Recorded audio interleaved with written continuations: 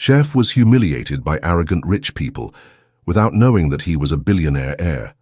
Nathan Cooper, a gifted 28-year-old chef, skillfully prepares dishes in the modest kitchen of Little Italy, a family-owned restaurant nestled in a quiet corner of Manhattan.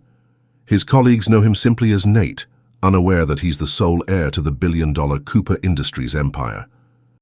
Every morning he arrives early on his bicycle, wearing worn-out jeans and a plain white t-shirt, deliberately maintaining his low-profile persona. Despite his family's wealth and his father's persistent attempts to bring him into the corporate world, Nathan found his true passion in the culinary arts. He graduated from Le Cordon Bleu in Paris under a different name and chose to work his way up from the bottom, believing that authentic experience matters more than inherited privilege. In the restaurant's bustling kitchen, he feels genuinely happy, free from the burden of his last name and the expectations that come with it. Here, he's judged solely by the quality of his cooking and his dedication to the craft. The bustling restaurant buzzed with the chatter of affluent patrons, their jewelry glinting under the warm lighting. Nathan moved efficiently between tables, maintaining his composure despite the demanding evening. The Thompson couple, notorious among the staff for their condescending attitude, sat at their usual corner table, scrutinizing every detail of their dining experience. Mrs. Thompson, adorned in an ostentatious designer dress, raised her perfectly manicured hand, summoning Nathan with a dismissive wave. Her husband, a corpulent man in an ill-fitting expensive suit, glared at the plate before him as if it had personally offended him. "What is this supposed to be, Mr. Thompson bellowed, loud enough to draw attention from nearby tables. "I specifically ordered the duck confit, and this amateur attempt at cuisine is an insult to my palate." Nathan politely explained that the dish was indeed duck confit, prepared according to traditional French methods. Mrs. Thompson interjected with a scornful laugh, perhaps in some roadside diner, but certainly not in an establishment of this caliber. "My dear, we should have gone to Le Cirque instead." The surrounding conversations hushed as Mr. Thompson stood up, his face reddening. "Do you take us for fools? I've dined in the finest restaurants across Europe, and this is nothing but mediocrity masquerading as fine dining." He dramatically pushed the plate away, causing some sauce to splatter on the pristine tablecloth. "I demand to speak with the chef, and you," he pointed at Nathan, "should consider a career more suited to your limited capabilities." Mrs. Thompson added with a cruel smile, "Perhaps he could try the fast food industry. They're always hiring." Several diners shifted uncomfortably in their seats, while others pretended not to notice the unfolding scene. Nathan stood there, maintaining his professional demeanor despite the public humiliation. His hands trembled slightly as he collected the rejected plate, but his voice remained steady as he offered to bring them something else. "Don't bother, Mrs. Thompson sneered, gathering her designer purse. "We'll take our business elsewhere, and do inform your superiors that they should be more selective in their hiring practices." The couple stormed out, leaving behind a wake of whispers and uncomfortable glances. Nathan quietly cleaned the table, his face burning with suppressed emotion, while other staff members exchanged sympathetic looks. The incident would soon become another tale in the restaurant's collection of difficult customer stories, but for Nathan, it was a wound that would take time to heal. Through the haze of memory, Nathan found himself reliving that pivotal moment 5 years ago. Standing in his parents' sprawling mansion, surrounded by the trappings of wealth and privilege, he made the decision that would reshape his entire existence. The fresh pain of losing both parents in a tragic accident still cut deep, but something else gnawed at him even more: the realization that everything he had was inherited, not earned. He remembered packing a single bag, taking only the essentials and a modest amount of money, enough to start over, but not enough to live comfortably without working. The family lawyer had been shocked when Nathan announced his intention to refuse his immediate inheritance, requesting instead that it be held in trust for 5 years. If by then he hadn't built something meaningful on his own, only then would he consider touching his family's fortune. The memory shifted to his last walk through the marble halls, past the priceless artwork and antiques that had been his everyday backdrop. Each step felt like breaking free from golden chains. His childhood friend Marcus had called him insane, arguing that refusing such privilege was both ungrateful and foolish. But Nathan knew he needed to prove something to himself. He recalled the taxi ride to his new life, watching the prestigious Newton Hills district shrink in the rearview mirror. His destination, a modest studio apartment in the city's industrial district, where rent was affordable and opportunities for hard work abundant. The contrast couldn't have been starker, from Egyptian cotton sheets to a second-hand mattress, from a personal chef to learning to cook with YouTube tutorials. Those first months tested his resolve daily. The temptation to return to comfort lurked in every moment of hardship. But each small victory, his first successful job interview, making rent through his own earnings, learning to budget for groceries, built something more valuable than wealth: self-respect. The flashback crystallized around a particular evening when he sat on his cramped balcony, eating instant noodles while watching the sunset over the factory skyline. Despite the simplicity of the moment, he felt more alive than he ever had in the mansion. The path ahead was uncertain, but it was his to forge. Every achievement, every setback would be earned through his own efforts, not handed down through privilege. As the memory faded, Nathan couldn't help but smile at his younger self's determination. That decision, born from grief and soul-searching, had set him on the path to becoming who he needed to be. Mrs. Thompson couldn't shake off the feeling that she had heard the name Cooper before. During one of her afternoon teas with Nathan, while pretending to be interested in his stories about the stock market, she carefully observed his mannerisms and speech patterns. Something about him reminded her of someone from her past, back when she was still a prominent figure in New York's social circles. Late at night, in her modest apartment, she dug through old photo albums and social event programs she had managed to keep after her bankruptcy. Her fingers trembled as she flipped through yellowed pages of magazines from the 1990s. The name Cooper kept appearing in her mind, like an echo from a distant memory. She started making discreet phone calls to old acquaintances who still spoke to her, asking casual questions about the Cooper family from Philadelphia. Most conversations led nowhere, but Sandra Mitchell, a former rival socialite, mentioned something interesting about a scandal involving the Coopers' youngest son 2 decades ago. Mrs. Thompson began spending her afternoons at the public library, scanning through microfiche records of old newspapers. She took notes in a small leather-bound notebook, careful not to raise suspicions among other residents. The more she discovered, the more convinced she became that Nathan was hiding something significant. She noticed how he never spoke about his family or his life before moving to Sunset Gardens. When other residents shared childhood memories, he would skillfully change the subject or excuse himself from the conversation. His perfectly crafted responses about his past seemed rehearsed, too polished for someone who claimed to be just a retired financial advisor. One evening, while organizing the community bulletin board, she overheard Nathan speaking on his phone in the garden. His voice was different, harder, lacking the gentle tone he usually used with the residents. He mentioned something about keeping appearances and staying under the radar. Mrs. Thompson's hands shook as she pinned the weekly menu to the board, straining to hear more. She began documenting his daily routine, noting when he received calls or left the premises. In her notebook, she drew connections between dates and events she had uncovered in her research. The more pieces she gathered, the more convinced she became that Nathan Cooper wasn't just hiding his past. He might be hiding from it. Yet she kept her investigation to herself, aware that her reputation as a gossip-monger could undermine her discoveries. For now, she would watch and wait, gathering evidence while maintaining her facade of a friendly, if nosy, neighbor. The rising costs of ingredients and utilities began to cast a dark shadow over Nathan's restaurant. Despite the loyal customer base and the warm atmosphere they had created, the numbers weren't adding up. Each month, the profit margins grew thinner, and Nathan found himself staying up late, poring over spreadsheets and bills, searching for solutions. Maria, the head waitress who had been with him since day one, noticed his worried expression one evening.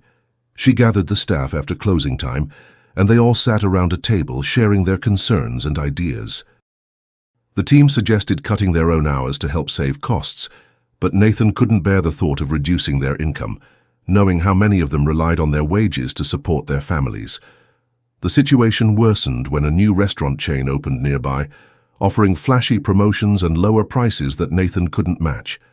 Some regular customers began to drift away, drawn by the novelty and competitive prices. The empty tables during peak hours felt like physical wounds to Nathan and his team. Local suppliers who had become friends over the years offered to extend payment terms, but Nathan knew this was only a temporary solution. The bank was becoming increasingly concerned about the restaurant's loan payments, and the threat of foreclosure loomed like a storm cloud on the horizon. One particularly difficult evening, Nathan found Carmen, the elderly dishwasher, crying in the kitchen. She had worked in restaurants all her life, and this place had become her second home. The thought of losing it was devastating not just for her, but for all the staff who had become a family. The stress began affecting the quality of service, despite everyone's best efforts. Small mistakes crept in, and the usually vibrant atmosphere became tinged with anxiety. Nathan started selling personal belongings to inject cash into the business, but it was like trying to fill a leaking bucket. The local newspaper ran a story about the struggling family restaurants in the area, featuring Nathan's establishment. While the publicity brought in some curious customers, it wasn't enough to reverse the downward trend. The dream that had sustained them all, of a restaurant where good food and genuine connections flourished, seemed to be slipping away like sand through their fingers. As Nathan locked up one night, looking at the worn but lovingly maintained dining room, he realized he needed to either find a dramatic solution or prepare for the heartbreaking possibility of closing the doors forever. The weight of responsibility for his extended restaurant family had never felt heavier. The Thompson family, determined to destroy Nathan's reputation once and for all, orchestrated an elaborate charity event at their mansion. They invited the city's most influential food critics, journalists, and local celebrities under the pretense of raising funds for a children's hospital. However, their true intention was to publicly humiliate Nathan. During the event, Margaret Thompson gave a speech about culinary excellence and innovation, subtly hinting at the declining standards in certain establishments. She then announced a surprise cooking competition where Nathan would face off against 3 renowned chefs. The critics would judge the dishes, unaware that the Thompsons had already manipulated the outcome. Nathan, who had been specifically invited as a special guest, found himself cornered. Refusing to participate would damage his reputation, but accepting meant walking into their trap. He chose to compete, determined to prove his worth. The challenge required creating a signature dish in just 1 hour. As Nathan cooked, the Thompsons' hired staff secretly sabotaged his station, altering the temperature of his oven, switching ingredients, and accidentally bumping into him. The other chefs, who were in on the scheme, received preferential treatment and additional preparation time. Despite the sabotage, Nathan managed to prepare his grandmother's special recipe with the few untampered ingredients he had left. However, when the critics sampled his dish, their reactions were suspiciously synchronized. They dramatically spat out the food, making exaggerated gestures of disgust. One critic theatrically declared it the worst culinary disaster in the city's history. The local press, invited specifically for this moment, captured every reaction. Social media exploded with photos and videos of the critics' performances. The Thompsons had achieved their goal. Nathan's humiliation was trending online within hours. What the Thompsons hadn't anticipated was the presence of a young food blogger who noticed the suspicious activities around Nathan's cooking station. She had documented the sabotage on her phone, including staff members receiving instructions from Robert Thompson. Though she remained quiet during the event, she began gathering evidence for a story that would later expose the Thompsons' malicious scheme. The evening ended with Nathan leaving the mansion in apparent disgrace, while the Thompsons celebrated their success with champagne. However, their victory would prove short-lived, as the truth about their elaborate deception was already being compiled into what would become a viral exposé. As Nathan walked through the service area of the mansion, a familiar silhouette caught his attention. There, among the bustling staff members preparing for the evening's festivities, stood Mrs. Margaret Thompson, his former nanny. She was older now, her once auburn hair completely grey, but her warm smile remained unchanged. For a moment, Nathan stood frozen, overwhelmed by memories of his childhood. Mrs. Thompson had been more than just a nanny.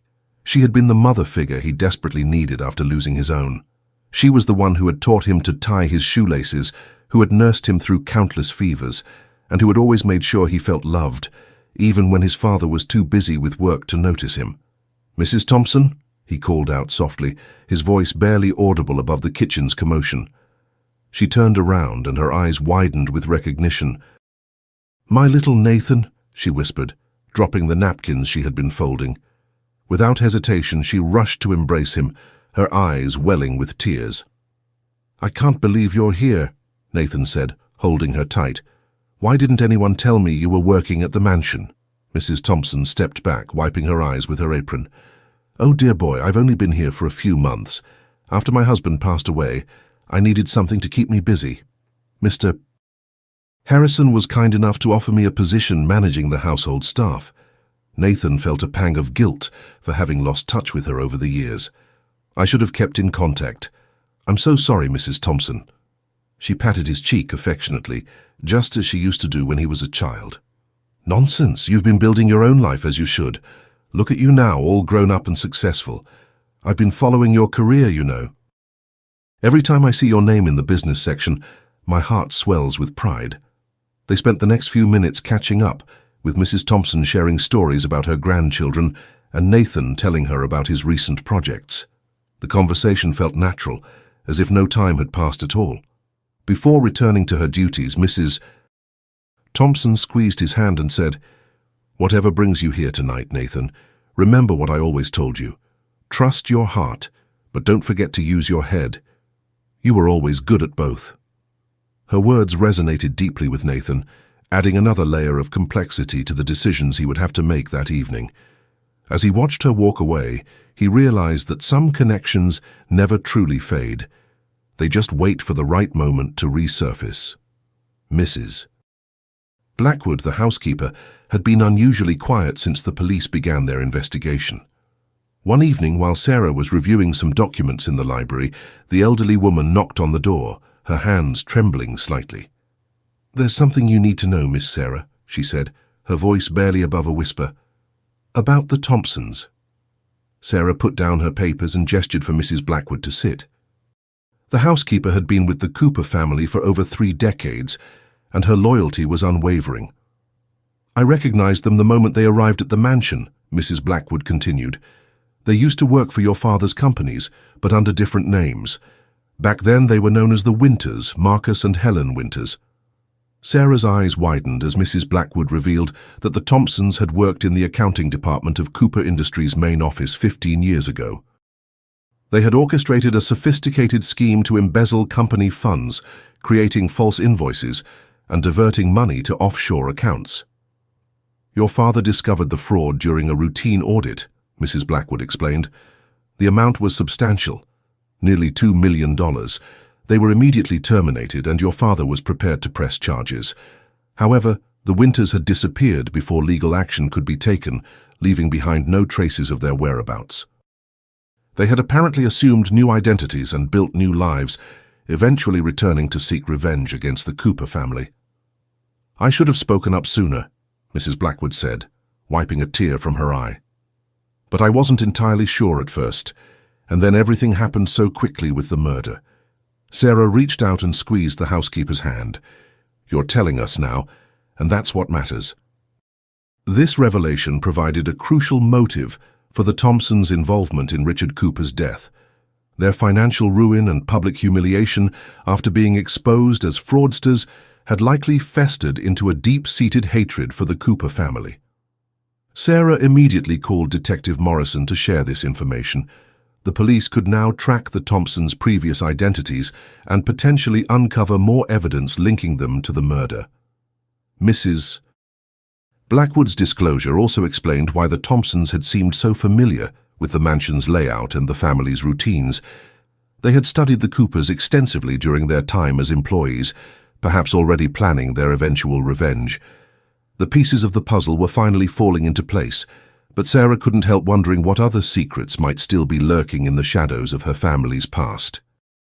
The evening took a catastrophic turn when guests began experiencing strange reactions to the food. Several people complained about an unusually bitter taste in the salmon canapés, while others noticed an odd metallic flavor in the main course. Within minutes, some guests started feeling nauseous, and a few even rushed to the bathroom. Mrs. Thompson, mortified by the situation, immediately called for medical assistance. As paramedics arrived, the source of the problem became clear. Someone had deliberately tampered with the food. The police were called, and an investigation quickly revealed the culprit, their own chef, Marcus Laurent.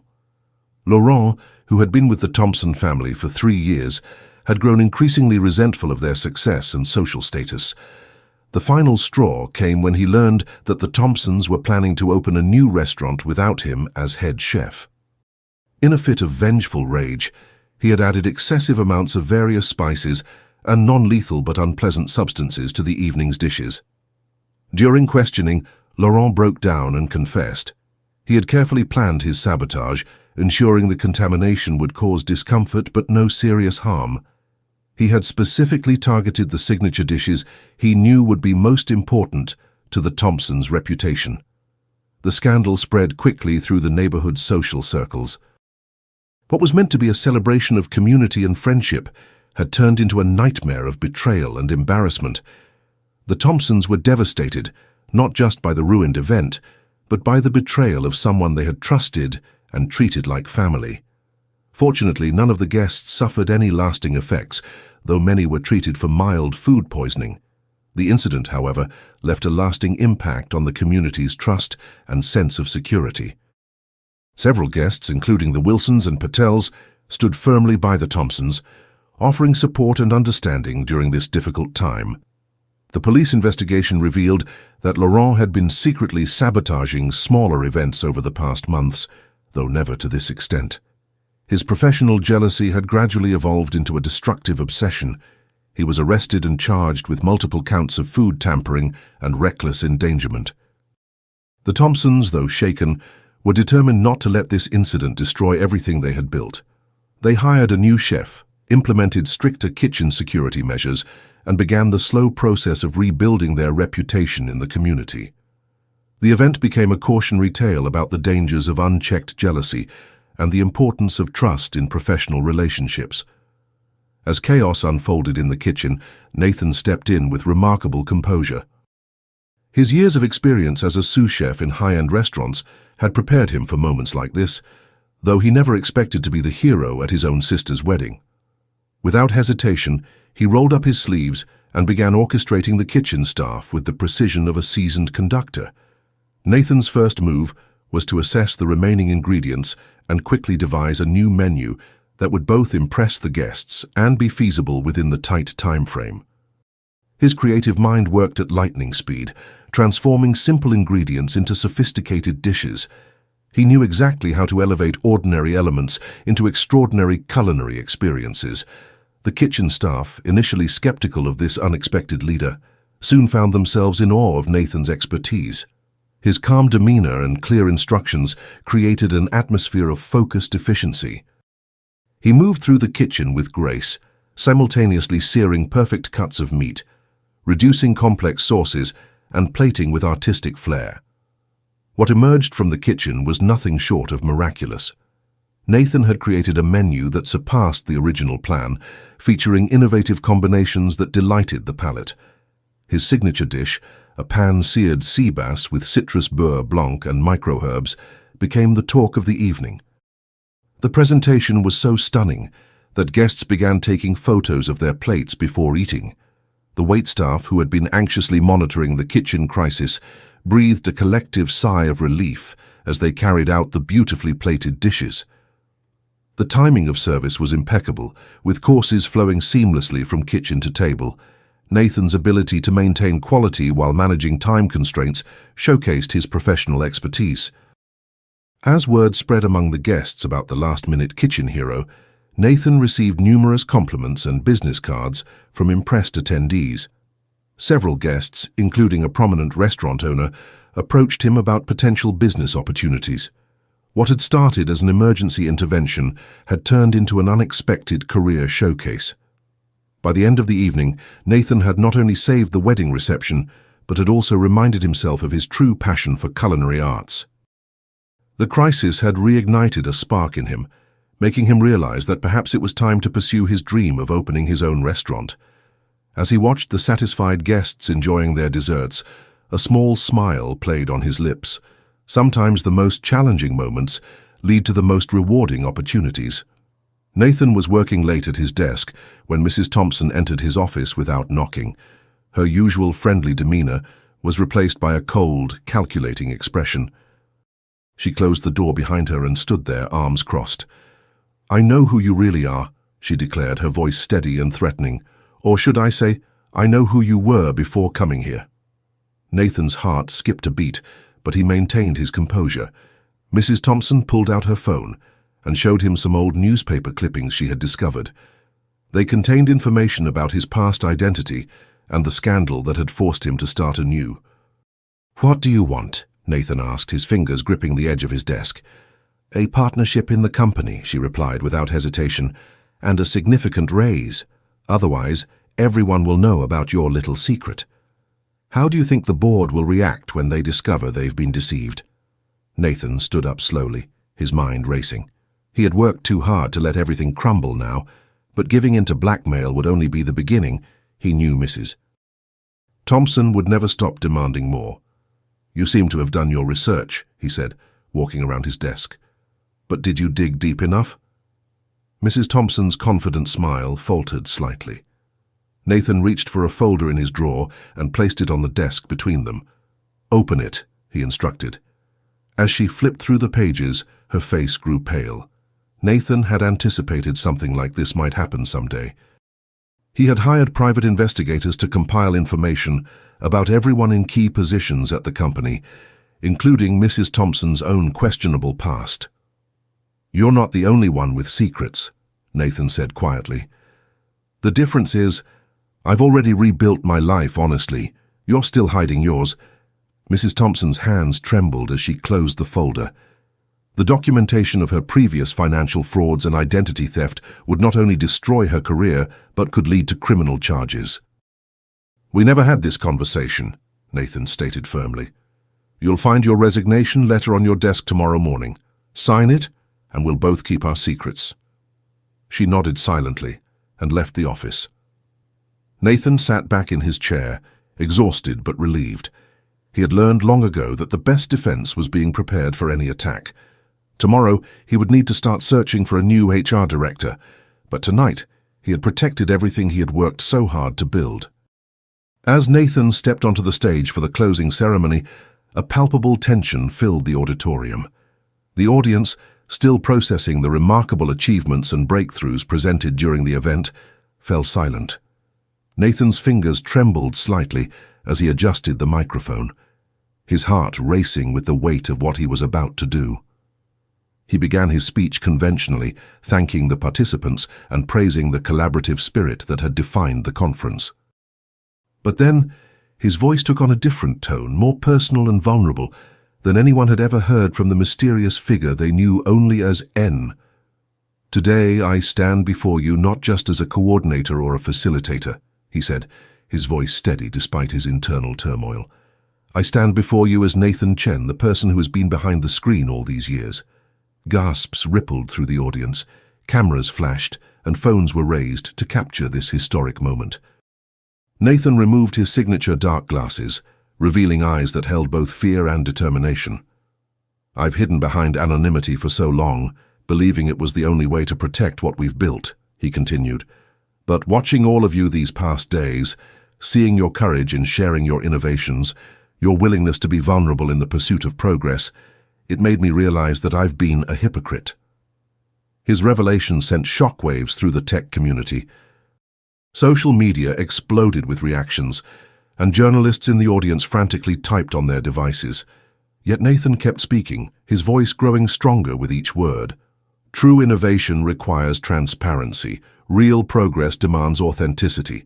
How can I advocate for open collaboration while hiding in the shadows?" He paused, looking directly at the audience for the first time. "From this moment forward, I commit to leading not from behind a screen, but from right here, face to face with all of you." The silence that followed was deafening. Then, slowly, someone began to applaud. The applause spread like a wave, building into a standing ovation. Some were crying, others were smiling, but all understood they were witnessing a pivotal moment in the history of their community. As Nathan stood there, exposed and vulnerable, yet somehow stronger than ever, he felt a weight lift from his shoulders. The mask he had worn for so long was gone, and in its place was something far more valuable: the freedom to be himself, to lead not through mystery but through genuine connection. The event would be remembered not just for its technological breakthroughs, but for this moment of raw humanity in a world often dominated by digital facades.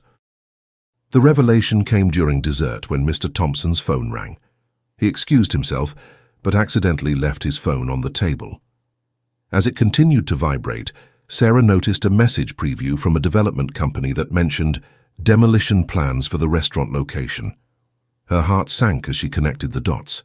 Sarah discreetly showed the message to Michael, who immediately understood why the Thompsons had been so insistent on buying the property. The couple had been acting as scouts for a major development corporation, planning to build a shopping complex in the neighborhood. Unable to contain her disappointment, Sarah stood up and addressed the room. "I believe we all deserve to know the truth about tonight's real purpose," she declared, her voice trembling. The other guests fell silent, sensing the tension in her words. Mrs. Thompson attempted to interject, but Mr. Thompson's return to the dining room was met with cold stares. The evidence was irrefutable. His phone contained emails detailing plans to level not just the restaurant, but several other family-owned businesses in the area. The guests, many of whom were longtime customers and neighbors, expressed their outrage. Mrs. Chen from the flower shop next door revealed that she too had received persistent offers from the same development company. Other business owners present shared similar stories, painting a picture of a coordinated effort to transform their beloved neighborhood. Mr. Thompson tried to defend his actions, claiming the development would bring economic growth to the area. However, his words rang hollow as guests pointed out how this would destroy the community's character and force multiple families to abandon their legacies. The Thompsons' carefully crafted facade crumbled as more details emerged. Their frequent visits to the restaurant, their excessive compliments, and their seemingly genuine interest in the family's history, all had been calculated moves to gain trust and access. Some guests left the dinner in disgust, while others stayed to show their support for the restaurant. Local business owners quickly formed an impromptu alliance, exchanging contact information and pledging to fight against the proposed development. As the Thompsons hastily departed, the remaining guests rallied around Sarah and her family. The evening had transformed from a celebration into a watershed moment for the community. What the Thompsons hadn't anticipated was that their scheme had inadvertently united the neighborhood, creating a stronger bond among the local business owners who now shared a common cause: preserving their cherished community from corporate development. Nathan decides to take action to save the restaurant and expose the Thompson family's fraudulent past. He contacts several influential journalists and media outlets, sharing evidence of the Thompsons' previous scams in other cities. Using his connections in the business world, he also reaches out to potential investors who might be interested in supporting the restaurant's recovery. During a crucial meeting with the city council, Nathan presents a comprehensive dossier detailing how the Thompsons had systematically targeted family-owned businesses in 3 different states. He reveals bank statements, forged documents, and testimonies from previous victims. The evidence shows a pattern of creating artificial debt crises and forcing business owners to sell at undervalued prices. Sarah Thompson's confident demeanor crumbles as Nathan projects photographs of her father and brother, using different aliases in their previous schemes.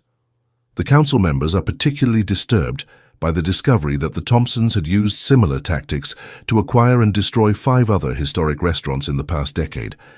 Local news stations pick up the story, and soon the Thompson family's reputation is in shambles. Former employees from their other ventures come forward with additional evidence of wage theft and insurance fraud. The mounting pressure forces the Thompsons to withdraw their claim on the restaurant. Nathan's efforts also attract the attention of a prestigious restaurant investment group. They propose a partnership that would allow the original owners to maintain control while providing the necessary capital for renovations and expansion. The deal includes provisions for preserving the restaurant's traditional recipes and hiring back the staff who lost their jobs during the crisis. The district attorney's office launches an investigation into the Thompson family's activities. Sarah Thompson and her relatives quietly leave town, but authorities in multiple jurisdictions are now tracking their movements. Their assets are frozen pending further investigation. The restaurant reopens with renewed vigor, and the local community rallies around it. Nathan's actions not only save a beloved establishment, but also prevent the Thompsons from targeting other vulnerable businesses. His intervention creates a ripple effect, with other communities now better prepared to recognize and prevent similar fraudulent schemes. The experience transforms Nathan's reputation in the town. Once seen as just another wealthy outsider, he's now respected as someone who used his influence for the greater good. The restaurant becomes stronger than ever, serving as a symbol of community resilience and the power of standing up against corporate predators. The small restaurant that started as Nathan's dream became a beacon of hope in the culinary world. His authentic approach to cooking, combined with his humble beginnings, created a unique atmosphere that attracted food lovers from all over. The waiting list grew longer each month, but Nathan never lost sight of his roots. What made his success even more meaningful was his decision to start a training program for young aspiring chefs from underprivileged backgrounds. He remembered his own struggles and wanted to give others the opportunity he wished he had when starting out. Every 6 months, he would select 5 promising students and teach them not just cooking techniques, but also the importance of staying true to oneself.